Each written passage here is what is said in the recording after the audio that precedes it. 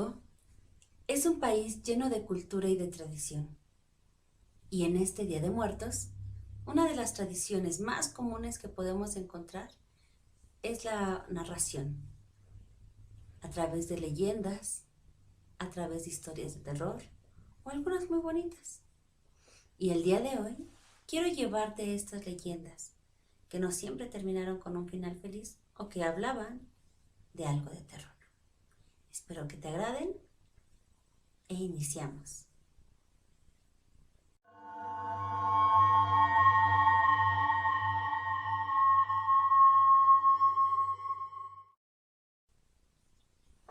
A veces, lo único que necesitamos es un pedazo de carbón para poder dibujar.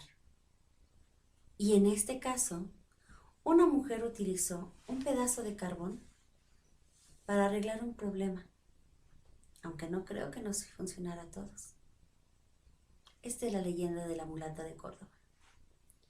A finales del siglo XVII había una mujer muy bella, muy hermosa, que era muy amable, que no se le notaba la edad, nadie sabía qué edad tenía, de dónde venía, hace cuántos años vivía en el pueblo, ni siquiera su nombre, solamente la conocían con el apodo de mulata. Y cuando necesitaba a alguien algo, mulata, ayúdame, me siento mal. Y la mulata ayudaba. Había ocasiones de que, mulata, es que tengo un problema de amoroso. Y la mulata ayudaba. Y en muchas cosas. Tanto era su amabilidad que hubo hombres que quisieron tener una relación de amistad o romántica con ella. Pero a todos la mulata les dijo no, gracias. Yo vivo feliz como estoy. Y pues alguno de estos enamorados no lo tomó muy a bien. Y en ese entonces, nada más necesitabas culpar a una persona de hechicería para que ya se le considerara una bruja o un brujo o un nahual. Y en este caso, uno de esos tantos tipos que querían una relación, que querían ser amantes de ella, la acusó de bruja. La llevaron a la cárcel. La mulata se quedó callada. Y lo único que le pidió al carcelero, una vez que se dictó su sentencia, morir quemada, fue: dame algo con que dibujar, por favor. Quiero pasar los últimos días de mi existencia o el último tiempo que tengo en algo que me entretenga y no pensar en el horror de la muerte. El carcelero, pues al verla bonita, decidió ayudarle. No había en ese entonces lápices. Entonces lo que le llevó fue precisamente un pedazo de carbón. Con la mulata se puso a dibujar en la pared. Dibujó toda la noche, hasta el amanecer del día en que la iban a quemar. Al momento en que el carcelero llegó con ella, le dijo: mira, carcelero, lo que he hecho. ¿Qué te parece mi barquito? El carcelero, al momento de ver ese barco, le dijo: mulata, tu dibujo está tan bien hecho que lo único que le falta es navegar. Y la mulata le dijo, con una sonrisa muy pícara: pues va a navegar. Hizo una reverencia, saltó hacia el barco y el barco se fue haciendo más pequeñito, más pequeñito, más pequeñito, hasta desaparecer en el horizonte. Y con esto demostró que sí sabía de hechicería.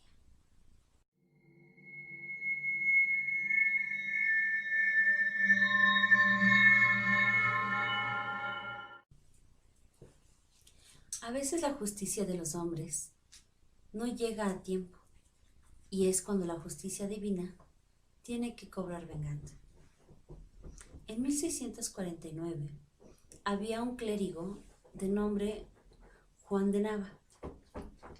Este clérigo era muy querido por su gente. Él oficiaba misa en el templo de Santa Catalina y tenía a una sobrina a la que quería muchísimo. Esta sobrina vivía con él debido a que sus padres habían muerto cuando era pequeña. Ella creció queriéndolo mucho, era muy buena, era recatada y era muy bonita. Tanto que no faltaron pretendientes que quisieran tener una relación con ella. Querían enamorarla, querían casarse con ella. Pero ella siempre seguía los designios de su tío y les decía que no, que gracias. Hasta que llegó un caballero de Europa, alto, guapo, de alcurnia, que llamó muchísimo la atención de esta chica, de doña Margarita. Él la enamoró con palabras dulces, con hermosas frases y elogios. Y ella al final quedó totalmente enamorada de él. Decidieron que querían casarse. Pero Margarita sabía que su tío no iba a aceptar esa unión. Él estaba en contra, porque para esto el tío sabía que don Duarte tenía fama de ser bastante mujeriego y había escuchado los rumores de que en otro pueblo había dejado a una mujer. Él no quería eso para su sobrina. Y entonces le dijo a Catalina, ¿sabes qué? No quiero que estés con ese hombre. Pero bueno, Margarita, como cualquier chica enamorada, no le hizo caso a su tío. Y lo único que habló con él fue precisamente de que mi tío no quiere que nos casemos. A lo que don Duarte le dijo, no te preocupes, yo voy a hablar con él. Nada más dile que en cuanto tengo un tiempo quiero hablar con él y que vamos a quedar de acuerdo. Que voy a checar qué es lo que quiere para que yo pueda ser tu novio. Y dicho y hecho, doña Margarita habló con su tío. El tío no estaba de acuerdo y dijo, ni loco voy a verlo. Y pasó el tiempo. Pero no mucho después se encontraron los dos en un puente. Ahí don Duarte le dijo, señor Juan, hace tiempo que lo quería ver. No me interesa su religión, no me interesa lo que crea en Dios. A mí lo único que me interesa es su sobrina. El clérigo Juan estaba muy molesto con él y le dijo, no, mi sobrina no se va a quedar contigo porque yo sé que dejaste a una mujer en otro pueblo y yo no quiero que tú le hagas eso a mi sobrina. Dijo, pues si tú no lo quieres, yo te voy a obligar. Tomó una daga y la clavó en el cráneo del clérigo, matándolo instantáneamente. Pero, ¿ahora qué voy a hacer? Saben que yo no me llevo y sabe que no me traga este clérigo. Entonces, ¿qué hago? Estaban en un puente, había un río, y lo que hizo fue tirar el cadáver del clérigo a través del puente. Ese cadáver nunca fue encontrado. Y en el pueblo empezaron los rumores. A lo mejor un demonio. A lo mejor fue a otro pueblo. A lo mejor se cansó de cuidar a la sobrina. Muchos rumores. Porque jamás encontraron el cuerpo del clérigo Juan. Don Duarte, al mismo tiempo, sabía que si se quedaba en el pueblo iba a ser sospechoso. E inventó un pretexto. Tengo que ir a pelear, me hablan de parte del virrey. Y se fue. Pasó el tiempo. Pasaron los años. Y ya cuando don Duarte consideró que todo se había calmado, que ya nadie se acordaba del caso, regresó al pueblo. Él llegó, no pasa nada, todo se ve tranquilo. Y dijo, ya puedo ligar a la chica.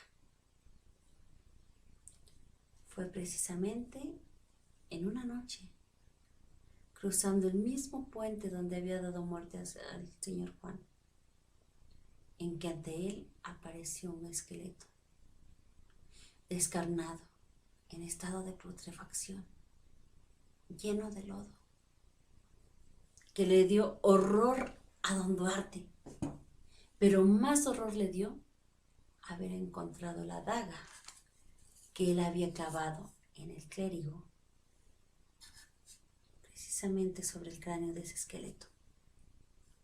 Porque con eso se había dado cuenta que el clérigo lo había estado esperando. Ante su horror y su asombro, este clérigo, aún con la daga en el cráneo, lo empezó a estrangular, estrangular, estrangular.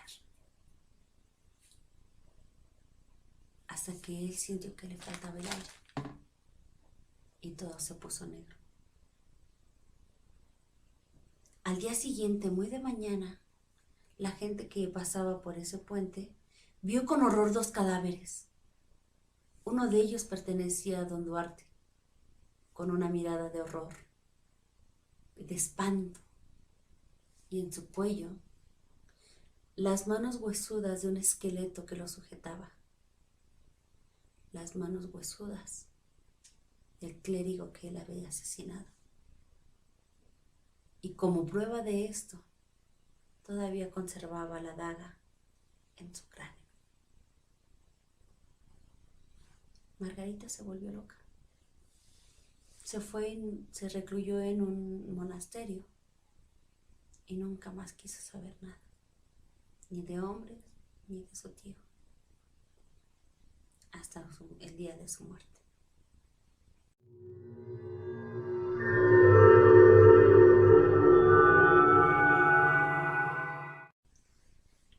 Los juguetes son objeto del cariño de los niños, de las niñas.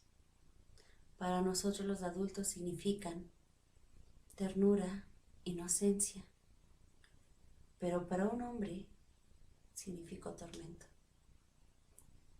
Esta es la historia de don Julián Santana Barrera, un hombre que vivía en una de las islas de Xochimilco, hombre muy querido, que trabajaba en una de las tantas chinampas de ahí. En una ocasión, por desgracia, encontró el cadáver de una pequeña, una niña de 7 u 8 años. Por más que quiso ayudarla, ya era demasiado tarde. Lo único que pudo hacer fue llamar a la policía para que recogieran el cadáver de la pequeña y la pudieran enterrar. Para todos los demás, ese fue el fin del caso. Pero para don Julián, el horror apenas se empezaba. Todos los días, él sentía la presencia de esa pequeña, que lo seguía, que lo atormentaba a cualquier lugar a donde iba, sin importar lo que hiciera, sin importar si hacía limpia, sin importar si hacía rezo, sin importar si oficiaba misas en su honor. Siempre, siempre esa pequeña, ese espíritu lo asediaba. En una ocasión, encontró un muñeco flotando en su isla, maltratado, viejo. Pero aún así consideró que iba a ser un regalo para apaciguar el espíritu de esa pequeña. Tal vez eso era lo que le faltaba. Tal vez le alegraría la existencia esa pequeña, ya fuera en este mundo o en el mundo espiritual. Y lo que hizo para que la pequeña pudiera ver y jugar con este objeto fue colgarlo en un árbol. Con eso el espíritu dejó de molestarlo durante un tiempo. Y es lo que le dio la pauta a don Julián de cada que encontraba una muñeca o como pudiera conseguirlas, a veces las compraba usadas, a veces las encontraba, a veces se las regalaban, todas las colgaba en árboles como regalo para la niña. Y de esta manera podía protegerse un poco de la persecución, de ese asedio que le hacía la pequeña a este señor. Sin embargo, hasta el último día de su muerte, los muñecos, con su mirada fría, le hacían ver y sentir el espíritu de la pequeña que todavía penaba en ese lugar. Y por lo tanto te digo, realmente todos los juguetes pueden significar algo bueno.